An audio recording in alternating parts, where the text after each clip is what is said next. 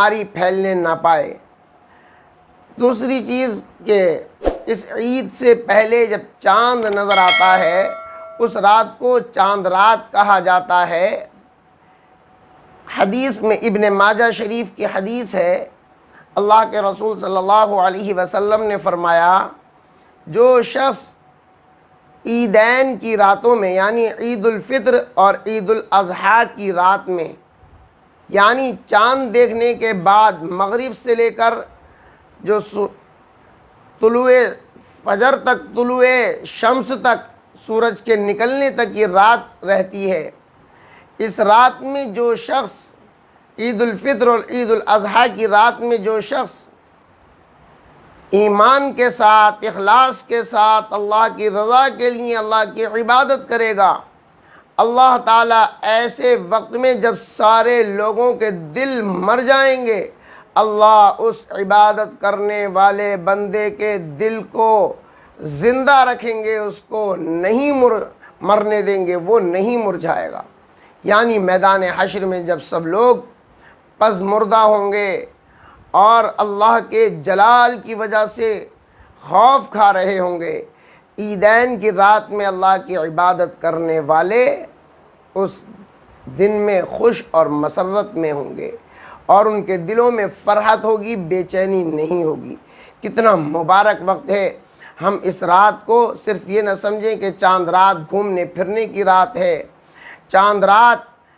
بازاروں میں گھومنے کی رات ہے، چاند رات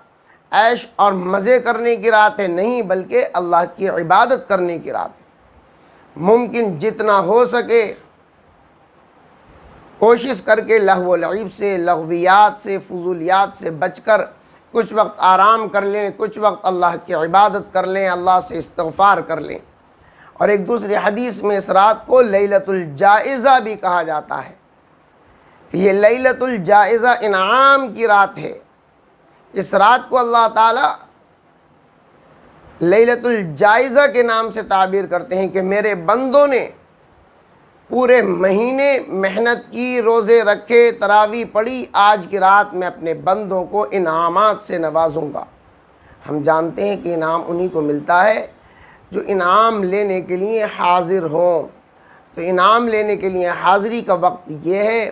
کہ ہم اللہ کی عبادت کریں، استغفار پڑھیں، اللہ سے توبہ مانگیں، اللہ کے آگے روئیں کہ اللہ ہم سے رمضان کا حق ادا نہ ہو سکا، تراویح کا حق ادا نہ ہو سکا، ہم سے عبادت کا حق ادا نہ ہو سکا، اللہ معاف فرما دیجیے اور ہمیں انعام سے نواز دیجیے۔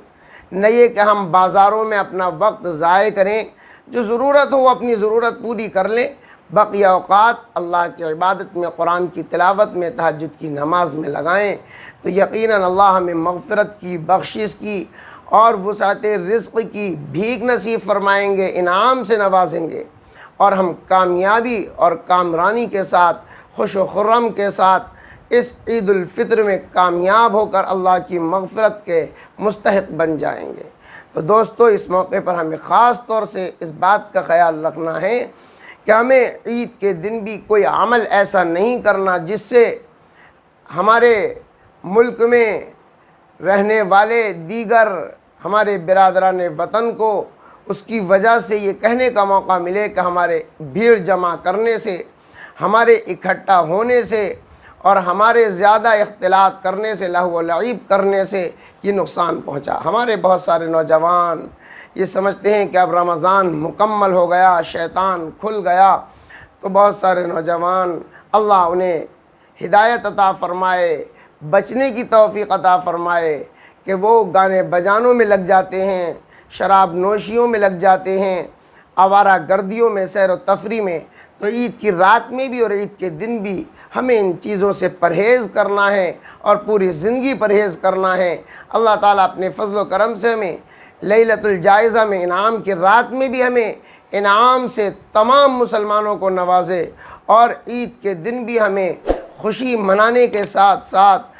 اللہ کا حکم پورا کرنے کے ساتھ ساتھ مغفرت سے نوازے، اور اس بیماری سے ہماری اور اس عید کی برکت کی وجہ سے ساری انسانیت کی حفاظت فرمائے۔ وما علینا الا البلاغ۔